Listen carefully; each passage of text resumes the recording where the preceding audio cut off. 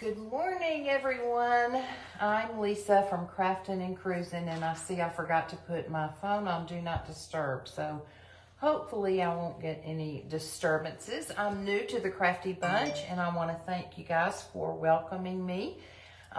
This is my first time, and I'm looking forward to it. This is my husband, Rodney, who's also a significant part of my page.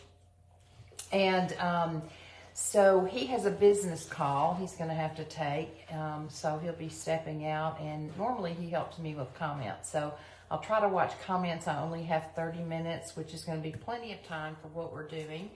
But a little bit about me. I am basically a watercolorist. That's kind of who I am, and what I did for years and years. And then my teacher moved to the Atlanta area, and the next teacher that came in was just not my cup of tea. And so I kind of put up the watercolor brushes and paints and began doing some things with mixed media and acrylics. Hi, Vicki. And enjoyed doing that, but missed doing my watercolor. Said I would never be a crafter until the panty hit. And then when that happened, I just happened upon, hey, Maria Chapman, a page one day while I was surfing Facebook, and saw someone that was trying to use items you would have around your home to make crafts with, which I thought was a great idea because none of us could get out and do anything. And I don't like to just sit and be still. I want to be doing something with my hands. Oh, you do, Vicki? You live in Atlanta? That's cool. I'm in Cumming right now. So anyway, hi, my sweet Sherry Walton. So anyway, I just then started crafting and deciding that I enjoyed it.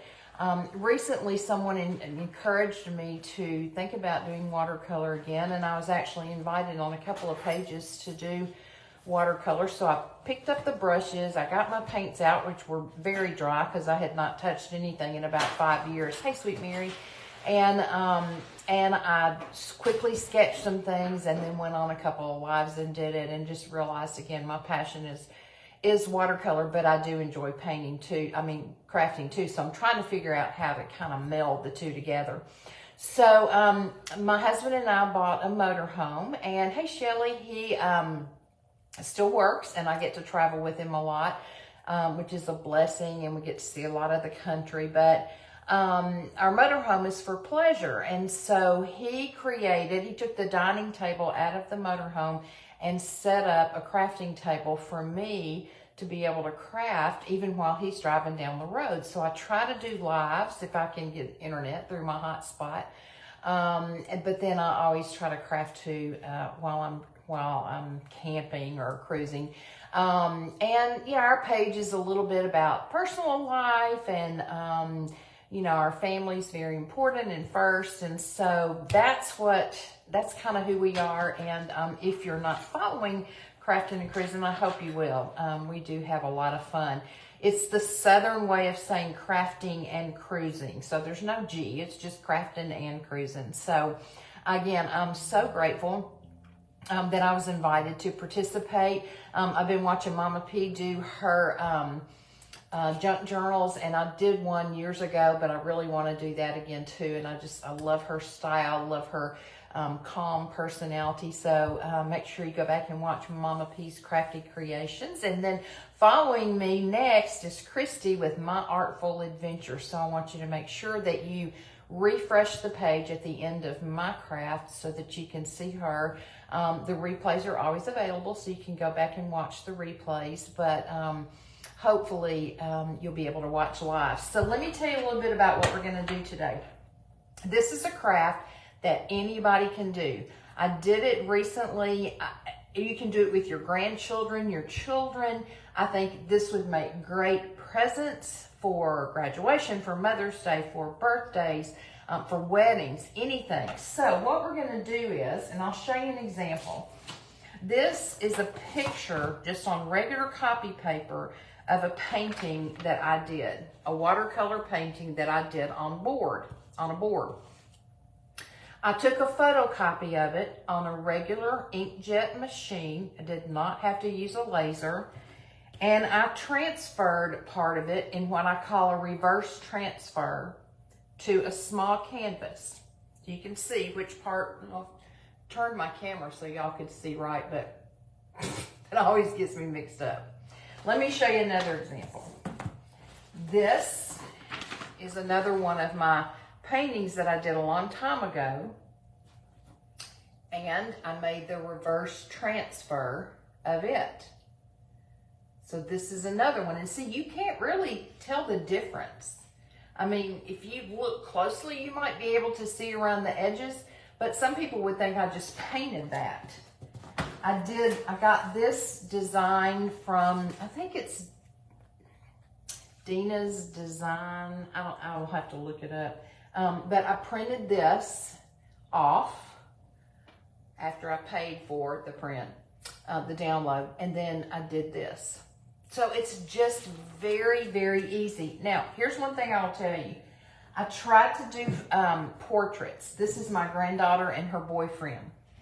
And what I found out was you have to really be careful. The more of a solid single color you have, the harder it is. Yes, my daughter loves this because it's her daughter, and she said it looks real antique-y, and it does. But I think that it works better with smaller, with designs with more color. Not smaller necessarily, size doesn't really matter. But can't you see a lot of applications for these? And then you can write on the back.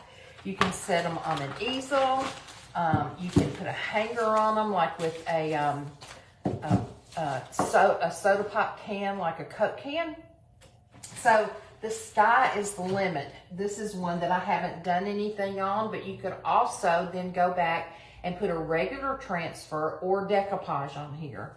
So what we're going to do today with Memorial Day coming up and 4th of July is we're going to do this one, and I'm going to show you how I did it. I did this one complete because I won't be able to put the top coat on it because I'm in a hotel room in Cumming, Georgia, and the top coat is very strong. But this is what we're going to do. I hand wrote God Bless the USA, and here's why. First, I printed it out on printer paper like I did the image. This is not very bold, and when I tried to rub it on here as a reverse transfer, which you also have to print mirror image, by the way, if it's something that's going to be writing especially.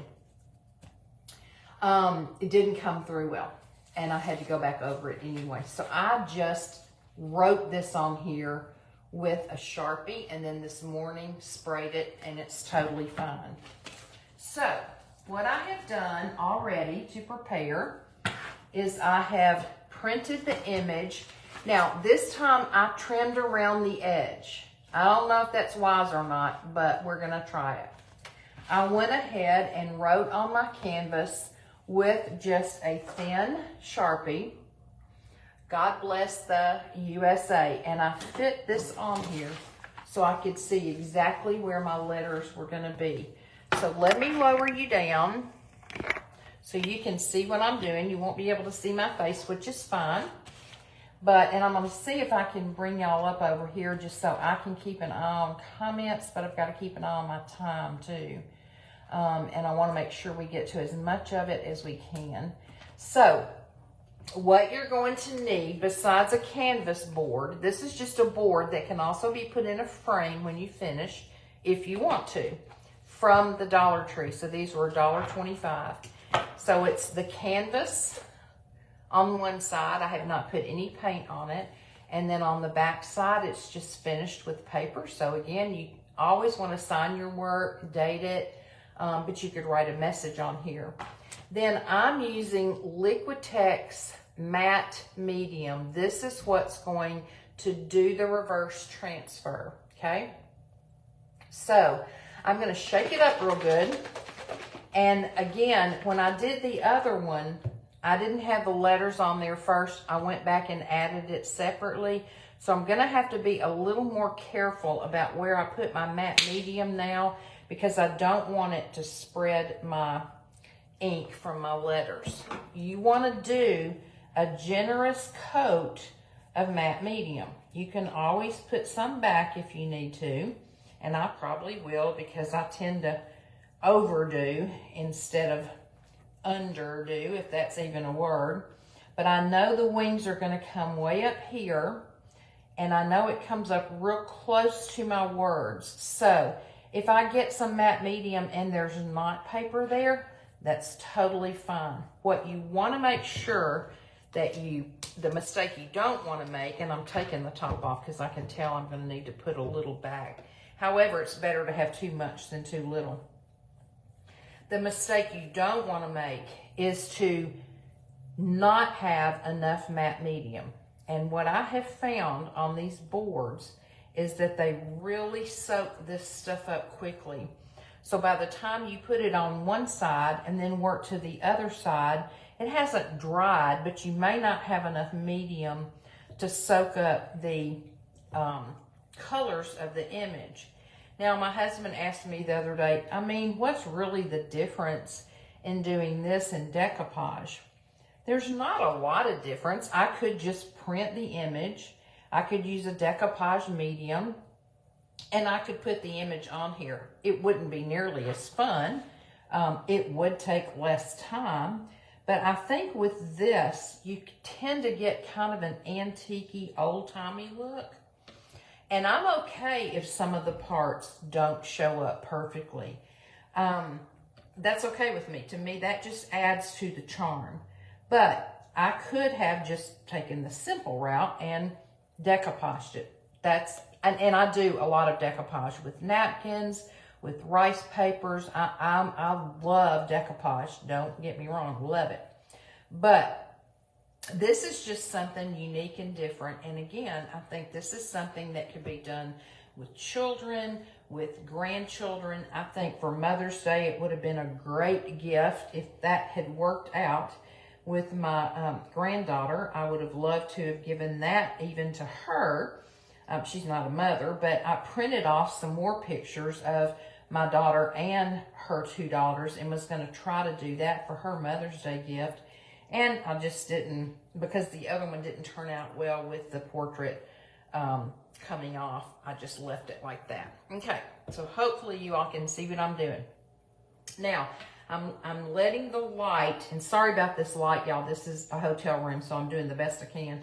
I've got the light shining down here so I can make sure that I have a generous amount on here without it being too much. Now, I'm going to take my image, and I'm going to turn it with the image side down, and I'm going to try to get it placed so that my letters are not going to be covered up. But I did still leave a little edge around it, okay? Now I'm going to take my fingers and I'm going to smooth it down real carefully because I'm trying to push that image into the matte medium. And then you can just take an old room key, an old credit card or gift card if you have it. And I'm just going to start in the middle and push. Part of the reason I'm doing this is that I want to get any air bubbles or any wrinkles that I can out. Let me get this napkin over here to wipe this off on. And the other reason is that I want to make sure that the image is perfectly flat in this matte medium. Now, I need to look at my time because the recommendation is 2 to 3 minutes. Now, how you know whether 2 or whether 3, I don't know. But here's the deal. We're eventually, in 2.5, 3 minutes, we're going to peel this paper back, which should leave the image showing on my canvas. Now, and you see I got more stuff, more matte medium around here than what I'm using, what I need, and that's okay because it's going to dry clear. So you don't have to worry about, you know, is it going to show up? Because we eventually, too, are going to put a top coat on it. So it's totally fine. Again, this is Liquitex Matte Medium, okay? So if you end up leaving it on there too long, not to worry. You can always wet your finger or wet the back of it with a spray bottle of water. And then you're going to gently remove the paper, and the image, the reverse image, will be left on here, which is so cool. Got a little excess right there. So I think we're getting close to the 2 minute, 3 minute mark. So what we're gonna do initially is not wet it. We're gonna start pulling the paper back. When you do, some of the paper may still stay on here. That's totally fine, because again, then we can spray it with our water bottle, wet it again, and then pull it up. So let's see if it's been enough time. Now you see I'm pulling, can you see, very gently.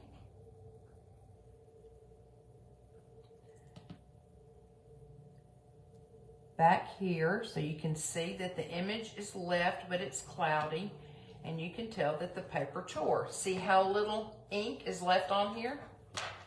Okay, let's go over here to this side and pull this part up. And one of the reasons I did this is just because it will be less paper that I have to make sure that I pull off of here. When you have a bunch of excess paper that really is not necessary to your image, then it makes it a little harder. Now down here, this is not sticking yet. So I'm gonna put a little more matte medium, and I'm gonna let that part do its thing while I start over here. Let me see if I can get y'all in screen where you can see what I'm doing. So I'm kind of keeping it low, and I'm going slowly. And you see I still have image on here. If I had left it on a little longer, the image may have been a little darker when I pulled it off. But again, when you get the top coat on it, it really brings it all back to life. So I'm not too worried about how much this is taking off. It's one of those situations where you have to kind of play around with it and see what is going to work best for your image. I think some images come off a lot easier than others. Again, I think a lot of it depends on how much ink you use. There are some YouTube videos where people say that you have to use a laser printer.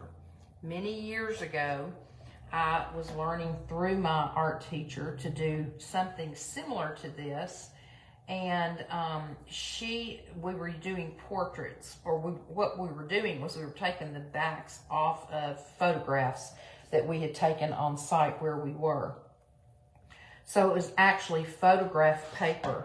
And apparently, if you're going to use something like photograph paper, or you want a heavier duty paper, it is better to use a laser printer. I don't have a laser printer, so this has always just worked fine for me. You can go to places like Office Depot or Staples that have laser printers, and pay them to do it for you, to print it off on a laser, or I think you can actually do it yourself. But I'm not gonna do that when it works fine with my inkjet. So you saw I put a little bit more matte medium down. It's still not very dark right here on this spot. That's okay. I don't care that it's not dark. I want it to have kind of this rustic, old-fashioned look. But when you add the top coat on, you're gonna see that the colors are really gonna pop. So for right now, it's gonna look cloudy until we get as much of this off as we can. Then I will wet the rest of it. I'll wet wherever I still have paper, and with my fingers, very gently, I will rub the excess off. You could do this with bold print if you wanted to print text. I have not tried it. Somebody asked me if I had tried it on wood. I have not. I'm going to. I want to try it on different surfaces and see if you can just perhaps paint like a bottom coat of chalk paint, and then maybe be able to transfer your item that way. But the canvas is the only thing that I've tried it on so far. So you can see it looks cloudy, and some people are probably thinking, oh my goodness, did she just ruin this project? No, I didn't. I hope I don't. But you know, as crafters, sometimes we get on and we think we've got it all nailed down exactly what we're going to do. And then we get on there to do our craft and something happens and it's like, wait, that wasn't supposed to happen. So I've heard a lot of crafters say, and I agree with this sentiment, that, you know, it's good for us to get on and show you how it's supposed to be done. And if it doesn't work out that way for us, then what you have had is a learning experience at our expense so that you hopefully won't make the same mistakes. So like I said, I won't be able to put the top coat on because this will still be damp. And not long before I came on live, I did these letters with the Sharpie. So we don't want to take any chances of it smearing and having to start over. Let me watch my time. So if you have any questions, I can't look at them right now to try to see what your questions are, but I'll be happy to go back and answer any questions that I see in the comments. If you have done this before, I would love to know if you've done it on any other kind of medium, and if so, if you had good luck with it. And I hope that you will try it, because again, I hear so many people say when they find out that I'm a crafter and they go, oh, you know, or I say I do watercolor, they go, oh, I can't draw, I can't paint. You know what? You don't have to. These kinds of things, even with painting, there's tracing paper, there's projectors you can use. You can make your own light to project the image. All right, so I'm going to spray some of this on here to wet it.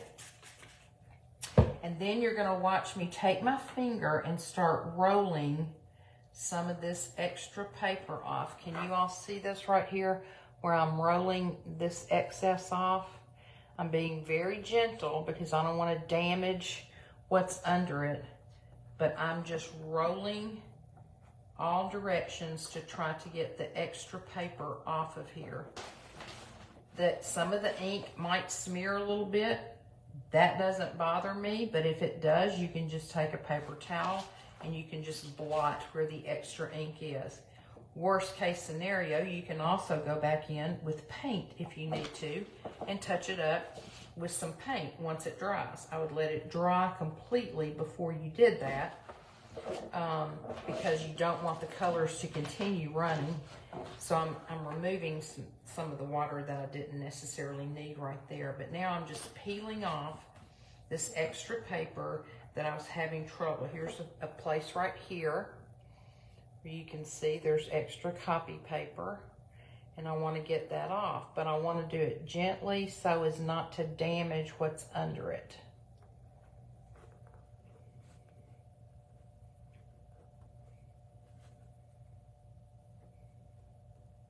And you know, it kind of gets a little messy when you do this, but hey, we're crafters.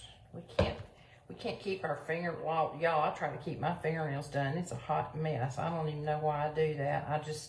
That's kind of my guilty pleasure, is going and getting my nails done. And then, you know, the other day I was doing a project and I was using some bonding, something thick. It wasn't, I don't think it's called triple thick, but it may be. And y'all, it is like super glue. It was all over my nails. And as a result, I had to try to rub it off of this nail when the rest of them have a little shine of chrome on them. It took all the chrome off. And I thought to myself, so why do you spend that money, Lisa, going to get your nails done when you know you're going to be painting or crafting? I don't know. I just do. Because like I said, it's my guilty pleasure. Now see, it took a little bit of that red off. That doesn't bother me at all. Because to me, that just makes it look a little more vintage, I guess. Maybe I should say instead of rustic. I've been using the term rustic. But a little more vintage. So we've got almost all of the extra paper off. And again, if you hold it up to the light, you can see where there's a little bit more again, it's not a big deal. It's really better to get all of the excess off that you can before you put the top coat on. But I did a couple the other day, and I saw later that some of the paper was still on there, and nobody would know the difference. I knew it because it was my painting, but nobody else would have known the difference. So these are very forgiving. They're very simple to do, and yet I think they're beautiful when they're finished. And I'm going to keep on working. I'm determined to keep on working on the portraits until I can get that mastered, because to me that would be the most unique kind of gift to give someone who's not going to probably, most likely, get that same gift from somebody else. I think especially for a wedding, I think you can buy black canvases, and I think if you had a wedding portrait of a couple with the bride in her white dress and did that on a black canvas and sealed it real well, I think that would be such a great wedding gift, even if you give it late. So you can see we've got almost all of it taken off. There's a little more right here. And sometimes I start pulling and I think, ooh, am I going to be getting my image? So I have to I do it real gently so that I'm hopefully not going to damage any of my image. The one that I did for a trial run the other day, I did pull a little bit too much blue off up here. So you know what I did? I got out my blue acrylic paints and I just went in and kind of dabbed it. It was like right up here in the wing, and I kind of dabbed it. When you stand back and look at it, you can tell it's a different blue a little bit. The average person is not going to notice that. I had thought about trying today with you guys while we were online, using a top coat that I use a lot, which is a mixture of triple thick, 3 parts triple thick, 1 part Duraclear. I keep it in this bottle. I just shake it up when I get ready to use it, and put it on my on top of my project, and it just gives it a nice shine without it being too shiny. So you can see that for the most part, maybe not 100%, but for the most part, I've got this image transferred. What I will do when all of the paint underneath is dry, and I feel like these letters have had enough time to dry, which on the other one I did last night, so they had overnight. Then I will take it outside, and I use this Rust-Oleum 2X Ultra Cover Gloss Clear. And on this kind of canvas, let me show you again the other one that Rodney sprayed for me this morning. You can see, this lighting is terrible, I know, but you can see that it's not super, super glossy, but it gives it a nice sheen. Also, if you wanted to really zhuzh something like this up, you could do something like Robert Stanley in the wedding section at Hobby Lobby makes a bling. They make it in silver and gold. You can cut it. You can see this is one row I've already started cutting off. You could take some bling, and I love bling, can y'all tell?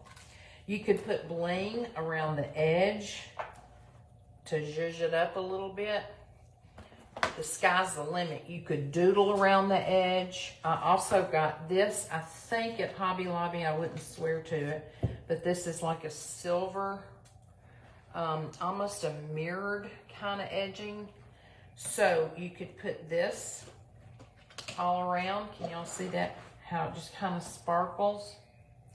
If you've ever used stickles, you could go back with the stickles in the diamond if you wanted to, and go in and stickle all of the stars.